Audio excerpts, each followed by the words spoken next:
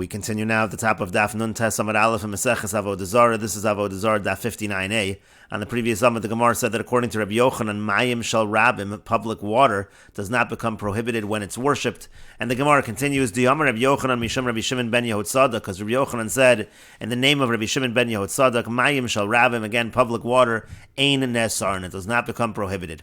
The Gemara says, Hadiyachin Nesar, now that would imply that if it was privately owned, it would become prohibited. But we should say that since it's attached to the ground, that's another reason why it shouldn't become prohibited. So even if it's privately owned, it should not become prohibited. And the Gemara says, Lo no tzrich, it's necessary to tell shinhu gala. What happened was the water may have become detached by a wave if it's no longer attached. So then the only reason it's not prohibited is because it's public water. But the Gemara still asks, sof, but at the end, avnei harsh and idaldalu ninu, that would be the same thing as the stones of a mountain that become dislodged on their own. That's the same as the water that becomes dislodged from being mechuber through the wave. And so to stayim, we should conclude to Rabbi Yochanan do Amar Asuros, that Rabbi Yochanan is the one who says that it is prohibited, because that was a machlokas earlier by avnei harsh and idaldalu. And so if he's saying over here that if it's privately owned and it becomes detached by a wave that it's prohibited, that would show that Rabbi Yochanan holds that by avnei harsh and idaldalu also it would be prohibited. And Rashi explains to stayim the Rabbi Yochanan do Amar Asuros bitmiya. There's a question. Kalamar mi pashtinan mehacha, should we answer from over here? Gabe avnei harsh and idaldalu de ifligu behu b'nei Rabbi Chiya Rabbi Yochanan. That was a machlokas earlier by avnei harsh and idaldalu between the sons of Rabbi Chiya and Rabbi Yochanan. Dahainu Rabbi Yochanan de Aser. We should conclude that Rabbi Yochanan was the one that would say that it's Aser by avnei harsh and idaldalu. And the Gemara continues and answers, Lo no tzrich, it's necessary to tafchinu biyade, that the Ovid Kochavim, he struck the water with his hand, and that's how the water became detached from the ground. And again, in such a situation, if it was privately owned, it would in fact be prohibited.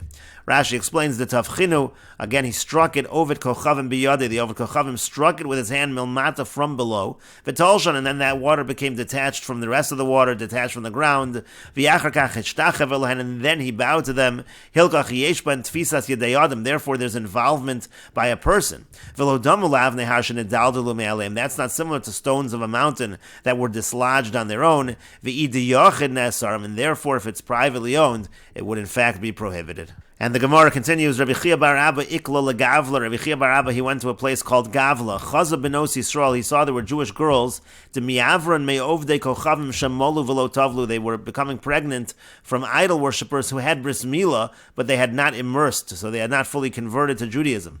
And Chaza chamra de mozgu ovdei kochavim, he also saw there was wine that was diluted by ovdei kochavim v'shasu Yisrael, and Jews were drinking from it. And Chaza tormusa, he saw tormusa. Tormusa is a kind of a bean that has to be cooked a lot in order to be edible. The shalki luov de kochavim, that the idolaters were cooking it, v'achli Yisrael, and Jews were eating from it. V'lo amar luhu v'lo midian. With regards to all of these things, Rabbi Chiya bar Abba didn't say anything to them. He didn't say anything to the people that were involved. Also, l'kami de Rabbi Yochanan, he came before Rabbi Yochanan. Amar lei, he said to him, "Say v'hachris, go and announce al b'neihem shehein mamzerim. Announce about their sons that they are mamzerim, because these conversions were not good. V'al yenon mishum yayin nesach, and also you should announce that their wine is yayin nesach, because again, if it's being diluted by the ovdei kochavim, that makes it yayin nesach. V'al tormason, and with regards to the tormason, mishum bishulei ovdei kochavim, that's a problem because it is cooked by idolaters. That's bishalakum mishum she'enon b'nei Torah, because they are not b'nei Torah. Rashi explains that last line, Lefi she'enon b'nei Torah, they're not b'nei Torah. Our tormason kai, that's going on the last halach about the tormason.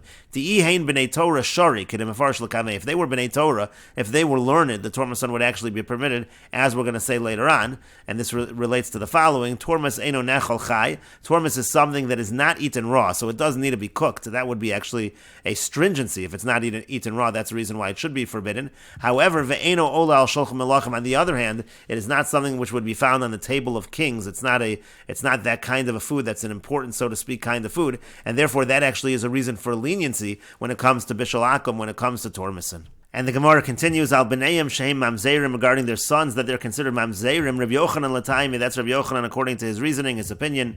Tiyam Rabbi Yochanan, because Rabbi Yochanan says, Liolam eino gerat sheyimol v'yitvol. A person is not considered a convert until he has mila and also tvila, also the immersion. The kaven de lotavel, and since he did not immerse, ovid kochavim, who is considered to be an ovid kochavim.